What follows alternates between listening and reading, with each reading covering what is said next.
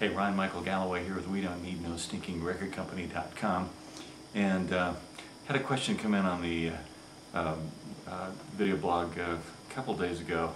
Well, actually, it was on my Facebook account. I think I announced that I was going to play this really cool place called Gators in downtown Dallas in the West End, and somebody came back and said, "Hey, how about some pictures or videos?"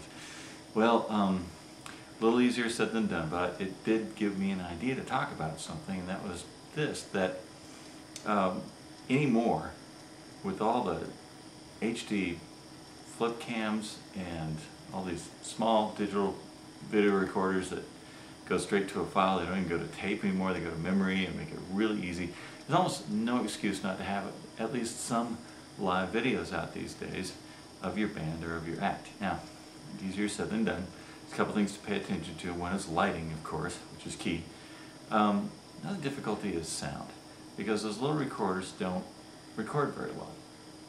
And you might send somebody running around with a little video recorder in front of the band taping you the whole thing that's going on, or you might even be careful enough to put that on a tripod to stabilize the image and that kind of thing.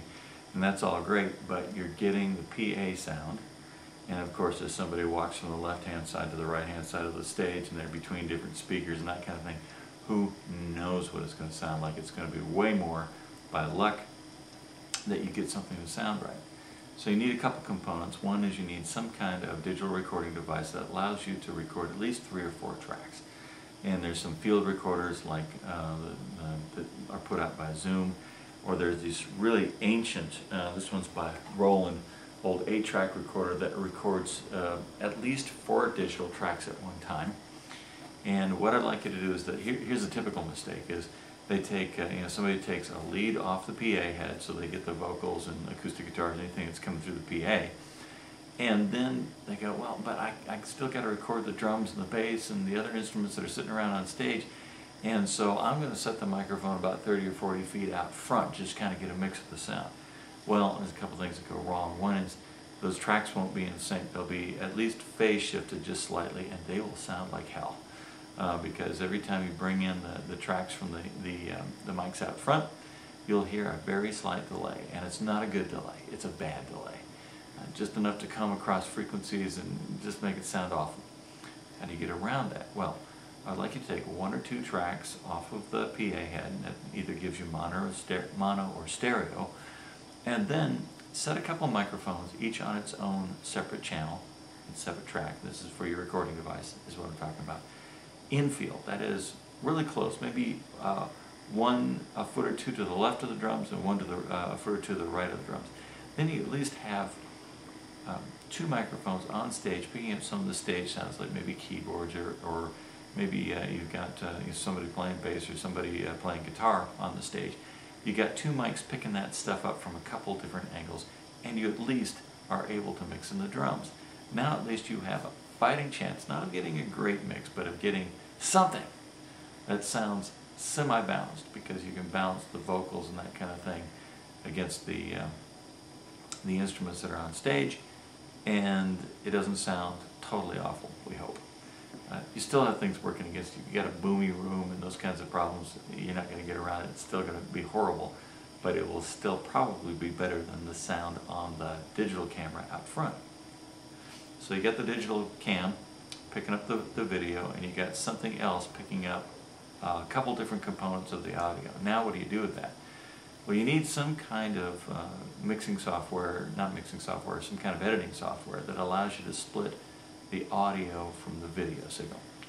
And you could go out and get something like, what is it, Avid Liquid, or Liquid 7 I guess is the one that I've got, or is it Media Composer, or some of those things. That's a little like learning how to fly the space shuttle so you can usually go out and get lunch. It's way more functionality than you need. Get something simple, and basically take the stuff that you recorded on your digital recorder and mix it together and have it replace the audio on the camcorder.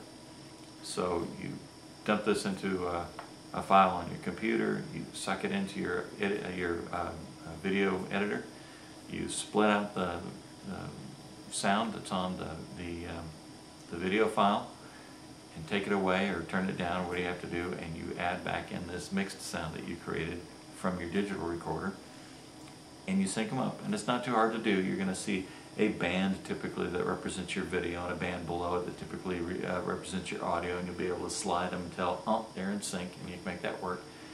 And furthermore, if this is something you're going to post on YouTube or something like that, if you got part of the song that's got a really bad mistake in it, don't mix the whole song. Show the best little piece of the song to prove that the band can play well, and they don't need to know that you occasionally make mistakes in your live performances. We all do, and unfortunately when you record them, you hear them 10 times worse than you hear them when you're actually in the room listening to the music and experiencing the show. So anyway, I've just seen some tremendous stuff from the video angle coming out from these just little tiny recording devices, camcorders, that I think we're in a completely new age. And now, a couple of things. There's even an ad on television right now where a certain company ends up telling you that this entire ad was shot with one of these little boxes, and it's pretty impressive. It's pretty clean. And then I had seen on Jay Leno a while back, maybe a few weeks ago, about the time I was talking to C. Aaron Moore, that they'd run a little contest to see if people could do a couple short 3-minute films using the flip cam. And those were tremendous. They just looked fantastic. And if I recall, they even probably used the audio on them and didn't even do separate audio like I'm talking to you about right now. So anyway, there's almost no excuse now not to get some good videos or decent videos of your band. The stuff's out there is just unbelievably cheap and unbelievably effective. So give it a shot. I am Ryan Michael Galloway, and we don't need no stinking recordcompany.com.